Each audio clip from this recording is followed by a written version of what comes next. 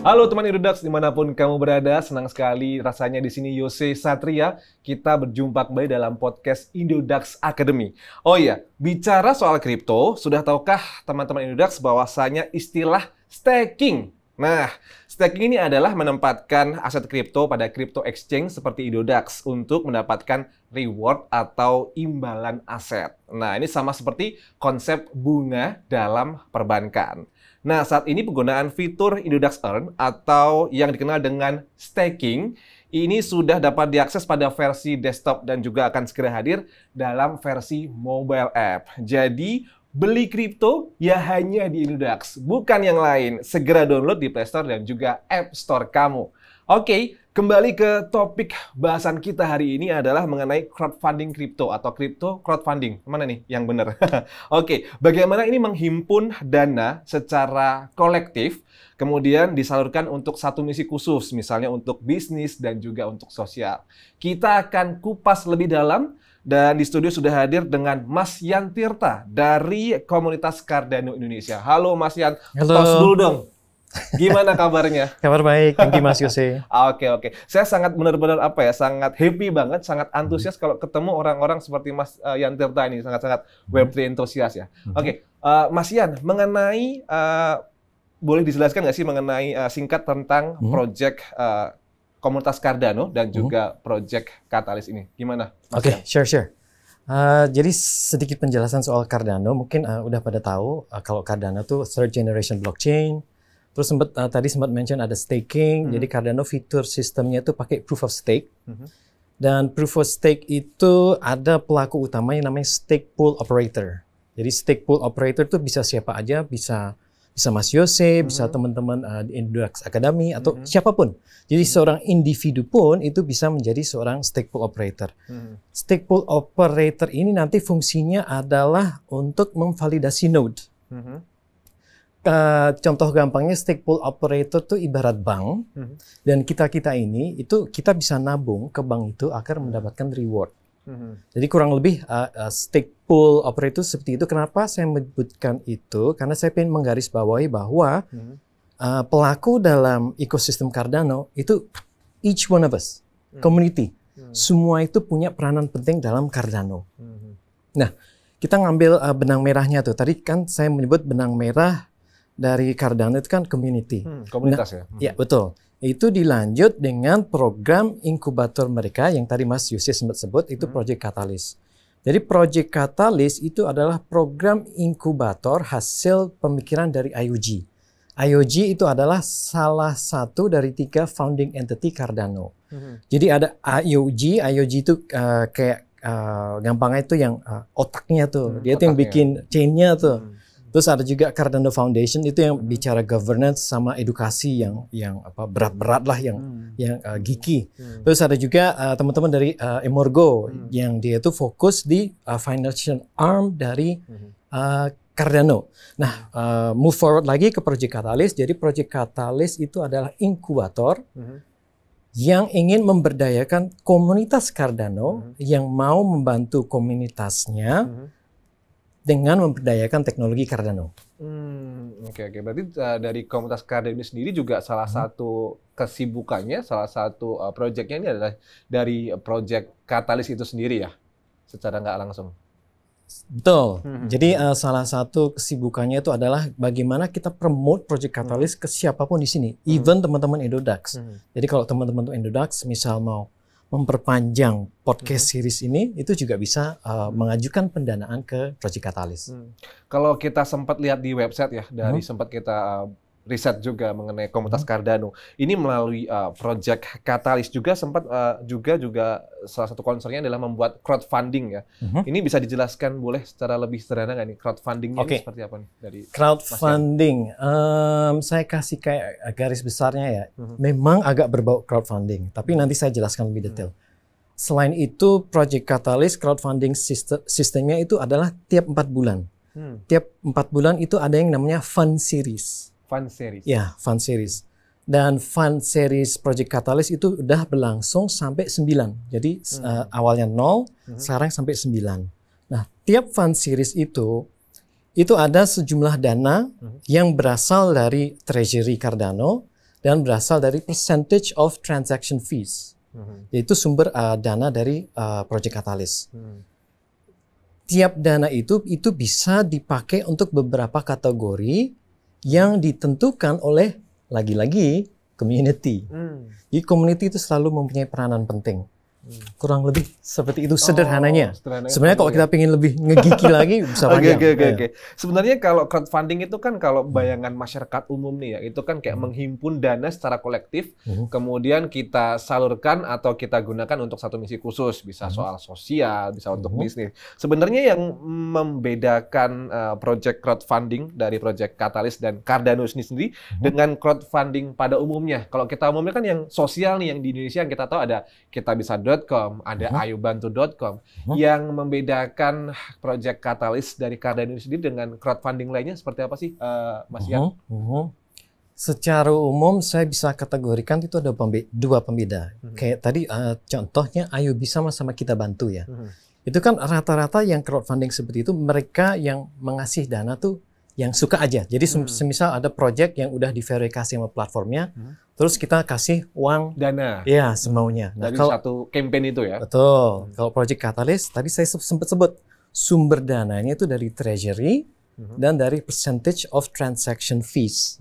Nah, yang membedakan itu adalah kita yang pengen hadir di atas platform itu harus mengajukan proposal dan proposal itu nantinya diverifikasi oleh lagi-lagi community dan kemudian di voting oleh community seluruh EIDA global yang megang EIDA. Jadi diverifikasi dulu, begitu udah lolos verifikasi, jadi output dari verifikasi itu bentuknya itu adalah rating bintang 0 sampai 5 dan setelah keluar dia akan masuk ke aplikasi Idea Scale. Muncul tuh proposal kita, semisal Mas Yose sama teman-teman Indodax pengen bikin pod series, muncul.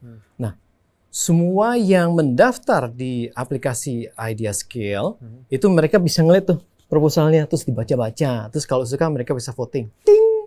Nah, votingnya itu berdasarkan jadi sistemnya itu upvote dan downvote. Kalau di kita bisa sama Ayo Bantu itu kan nggak ada ya sistem upvote atau downvote. Mereka pokoknya ini aku suka, aku kasih nih uang nih. Nah, kalau di sistem Project Catalyst itu berdasarkan upvote dan downvote.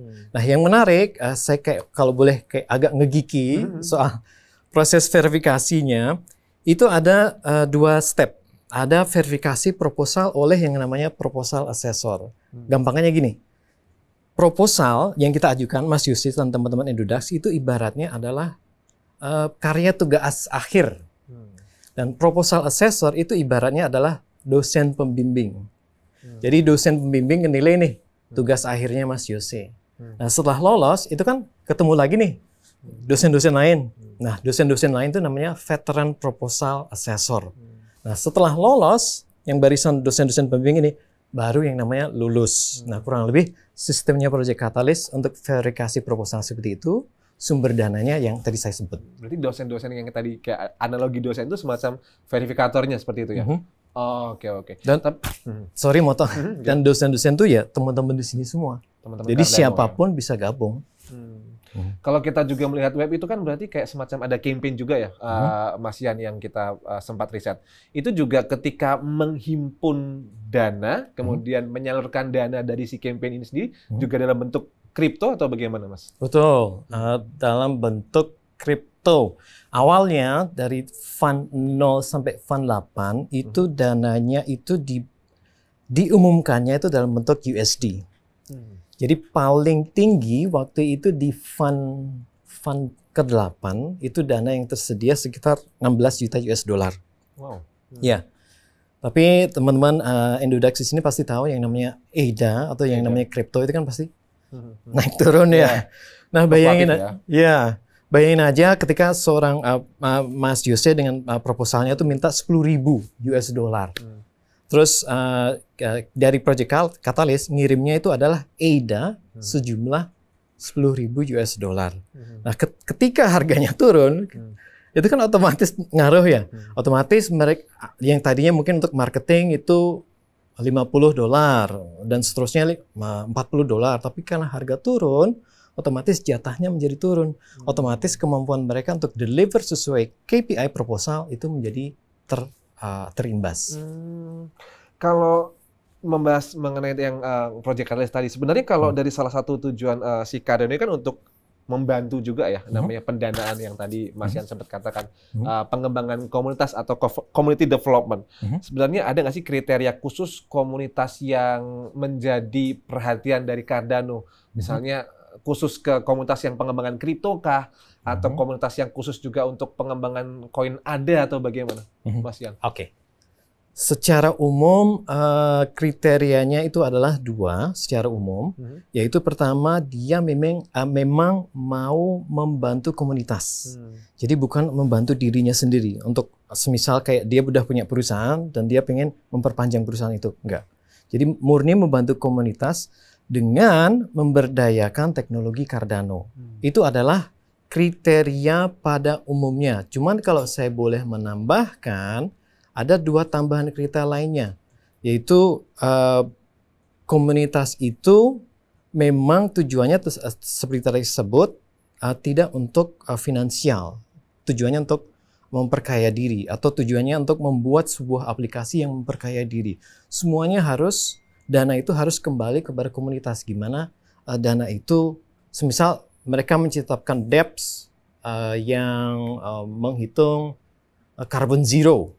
Itu kan membantu komunitas pada umumnya. Nah, hal-hal seperti itu yang dicari di Project Catalyst. Berarti bukan sembarang komunitas gitu ya yang untuk masuk. Maksudnya kayak tiba-tiba ada komunitas dari koin atau Web3 tiba-tiba mau masuk, tapi juga nggak asal diterima oleh si Cardano sendiri berarti ya?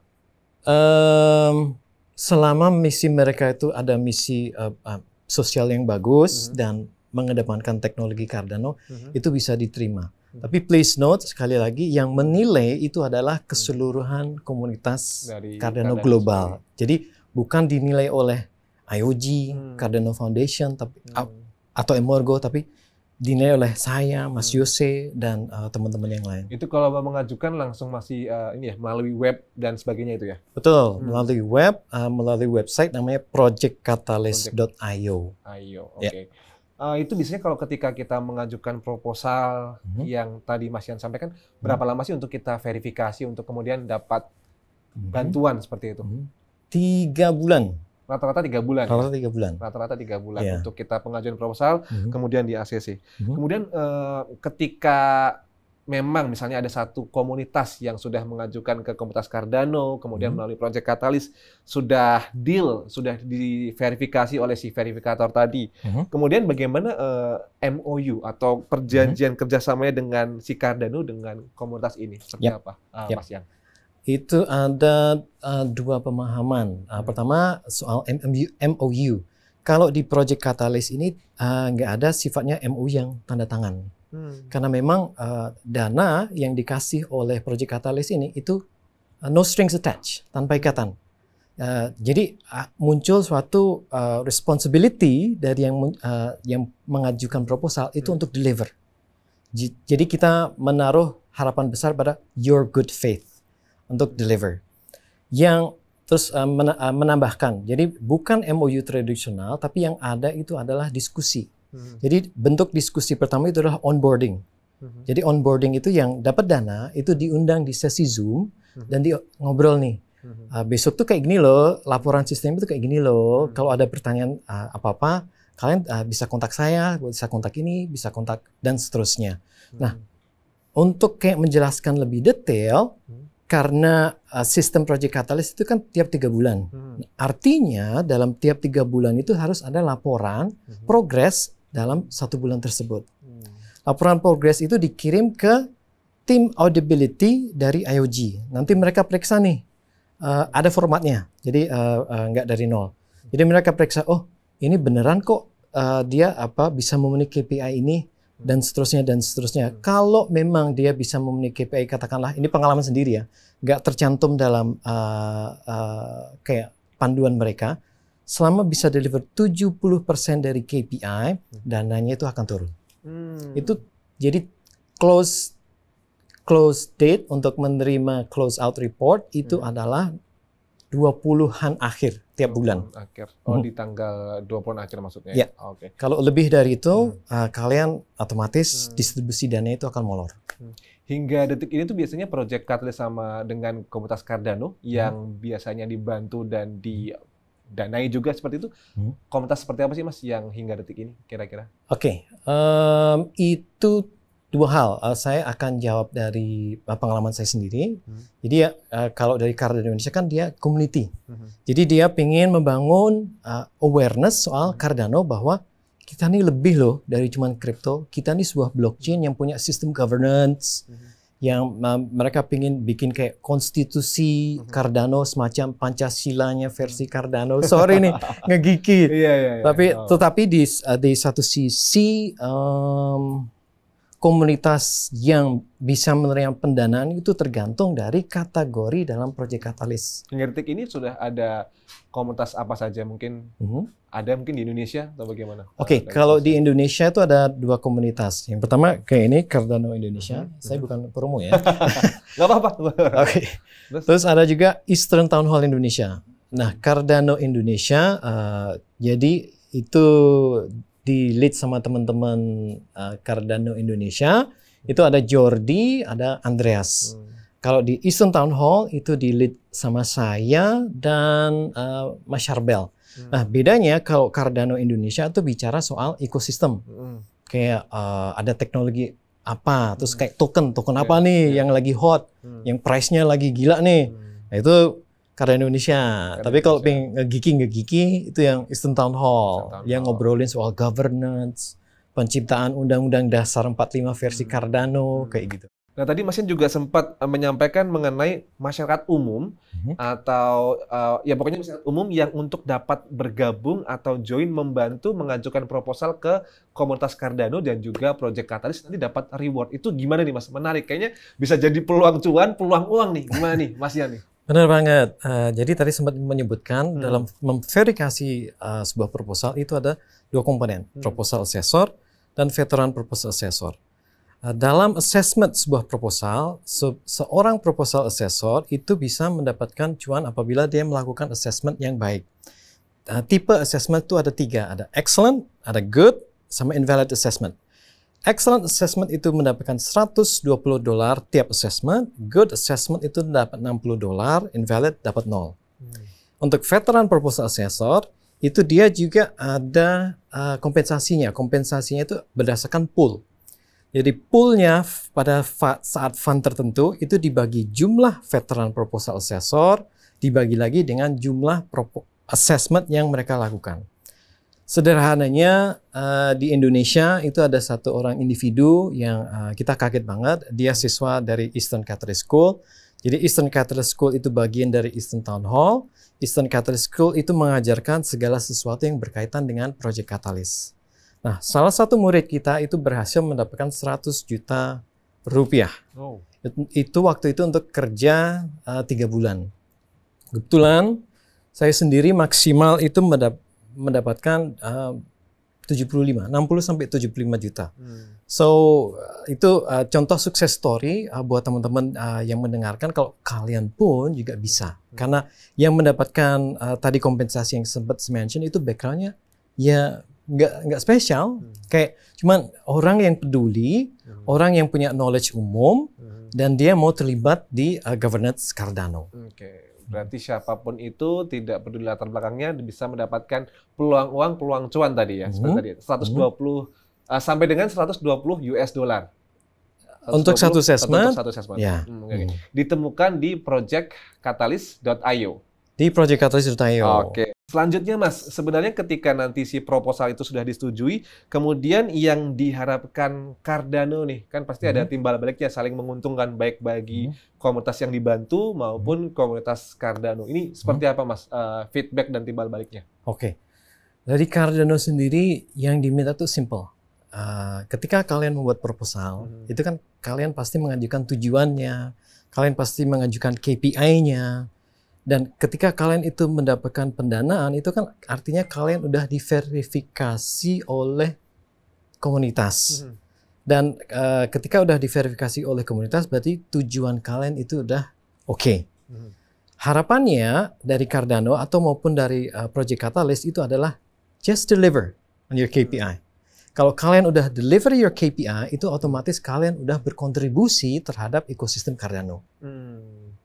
Berarti bagaimana tetap berkontribusi untuk mengembangkan si komunitas Cardano ini sendiri pastinya ya. Betul. Melalui koin ada juga tentunya dari situ ya. Iya. Oke. Kalau untuk ke depan nih, Mas, untuk jangka jauh mungkin 5 tahun dari sekarang, 10 tahun atau pokoknya proyeksi jauh ke depan, visi dari Cardano ini sendiri, komunitas Cardano ini seperti apa sih, Mas Yan?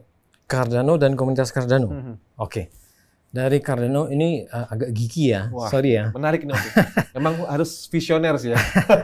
Gimana, Mas? Ya, walaupun pertama kita bicara soal teknologi. Kita bicara dari kenapa Cardano itu hadir. Karena Charles Hoskinson sendiri, dia ingin agar Cardano itu menjadi financial operating system. Dia ingin agar individu-individu itu punya identitas yang mandiri, agar dia individu-individu juga mengalami yang namanya economic empowerment lewat blockchain dan crypto. Dan ada harapan bahwa Cardano itu nantinya juga dipakai sebagai financial operating system sebuah negara. Itu kita bicara dari segi teknologi. Tapi kalau kita bicara dari segi sosialnya, dari segi value-nya, tadi saya sempat menyebut di awal, kalau fondasi dari Cardano itu salah satunya adalah bagaimana membangun community. Nah, salah satunya caranya mereka membangun community itu adalah diajak nih untuk belajar soal governance ala Cardano. Kenapa governance itu menjadi penting? Karena governance itu yang akan bertransformasi menjadi kayak semacam penentuan regulasi Cardano itu harus seperti apa, kedepannya tuh harus seperti apa. Kebetulan Cardano itu ada di fase Voltaire. Nah, di fase Voltaire ini adalah fase di mana penentuan arah Cardano itu diserahkan kepada komunitas. Jadi 3 entitas yang tadi saya sebut, IOG, Cardano Foundation, Embargo, itu mulai mundur. Itu kendali Cardano, arah Cardano harus kemana, hard fork atau parameter SPO-nya harus apa, itu diserahkan ke komunitas. Komunitas itu nanti ada 3 perwakilan. Ada perwakilan SPO, ada perwakilan dari komunitas sendiri, dan ada perwakilan perwakilan dari 3 entitas tadi. Itu adalah 3 pelaku utama dari governance. Itu adalah alasan kenapa Cardano itu kadang terlampau geeky. Mereka nggak terlalu fokus di price action, karena mereka memandang ya kita harus edukasi nih individunya agar mereka itu bisa menentukan arah sebuah blockchain itu kemana. Nah, agar arah blockchain itu dapat terpakai oleh negara, ya mereka harus paham kalau harus ada peraturan-peraturan tertentu. Dan karena itu kenapa Cardano itu juga open ke semua orang, karena mereka pengen ngundang kayak ahli-ahli politik, ahli-ahli hukum, ahli-ahli political science itu agak terlibat ngobrolin soal governance. Ya, semoga ada kayak dari teman-teman pemerintahan, kalau semua mendengarkan podcast ini, itu saya rasa ini sebuah potensi untuk bagaimana membuat regulatory framework berdasarkan blockchain, dengan blockchain yang memang fokus untuk membuat solusi yang bersifat regulatory. Kurang lebih arahnya ke sana untuk dari Cardano-nya sendiri. Kalau dari arah komunitas, mungkin maksudnya komunitas itu Cardano Indonesia atau komunitas in general? Komunitas Cardano Indonesia. Oke. Kalau dari komunitas Cardano Indonesia, kita pinginnya itu agar semakin banyak teman-teman yang join. Be an early adopter. Early adopter itu punya banyak manfaat. Pertama, kayak saya sendiri itu terlibat tahun 2019 itu dengan Cardano. Akhirnya saya bisa kenal tuh kayak founder apps yang sekarang mulai gede. Dan kenapa? Apa benefitnya? Jadi semisal kayak saya ada potensi kolaborasi nih. Hey, saya tinggal ngomong nih sama foundernya. Nah, kita langsung bisa collab. Itu ini contoh dari kayak potensi networking kalau kalian early adapter. menambahkan satu hal lagi. Boleh, ya. Mungkin sekalian closing statement kali ya. Closing statement. Closing statement. Oke. Untuk mungkin juga ajakan bagi masyarakat untuk dapat gabung atau terlibat di komunitas Cardano Indonesia. Silakan Mas Yan. Ya. Nyambung ke itu tadi, be an early adopter, ya. Penting banget. Itu kesempatan kalian untuk kayak membangun networking, kesempatan kalian untuk explore, for the lack of better words, cuan, kesempatan kalian untuk belajar, kesempatan kalian untuk benar-benar terlibat dalam Web3, nggak hanya sekedar trading. Just be an early adopter. Join dari awal, terlibat aja, dan dari sana kalian itu akan ketemu banyak pemikir-pemikir keren di Cardano. Kalian juga akan mendapatkan kesempatan-kesempatan finansial yang mungkin kalian nggak dapatkan kalau kalian hanya mengandalkan trading yang ada di platform exchange. Semisal. Jadi ada sahabat dari Cardano Indonesia, namanya Andreas, tadi saya sempat menyebut. Dia dan saya itu termasuk early adopter dari Indonesia.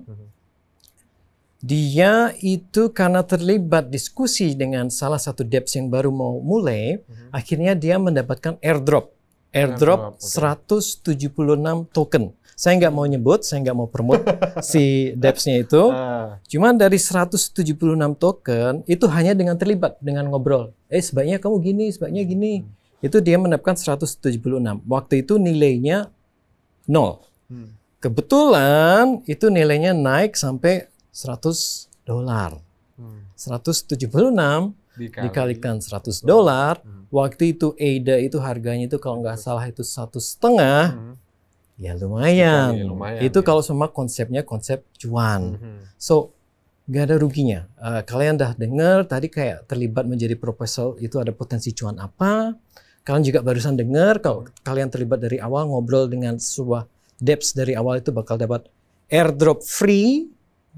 Kalian nggak perlu bayar apapun dan kalian bisa dapetin Jadi cuan. kalau bagi teman-teman Indodax di rumah yang dengerin ini mau dapat peluang cuan dan dapat memberikan manfaat bagi komunitas, manfaat bagi kehidupan, langsung aja join di project catalyst.io dan juga komunitas Cardano ya. Oke. Untuk joinnya itu di Cardano Indonesia itu ada di Telegram.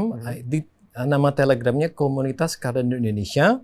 Kalau itu yang bicara soal ekosistem, untuk yang governance, yang geeky itu di Eastern Town Hall Indonesia. Oke, baik. Oke.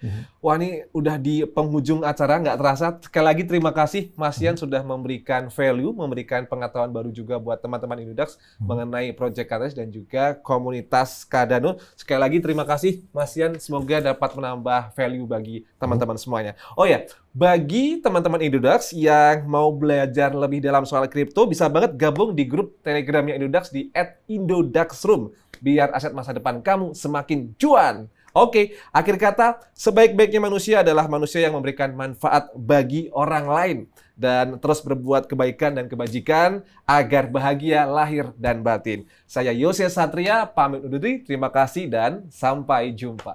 Thank you Mas Yan sekali lagi. Thank you.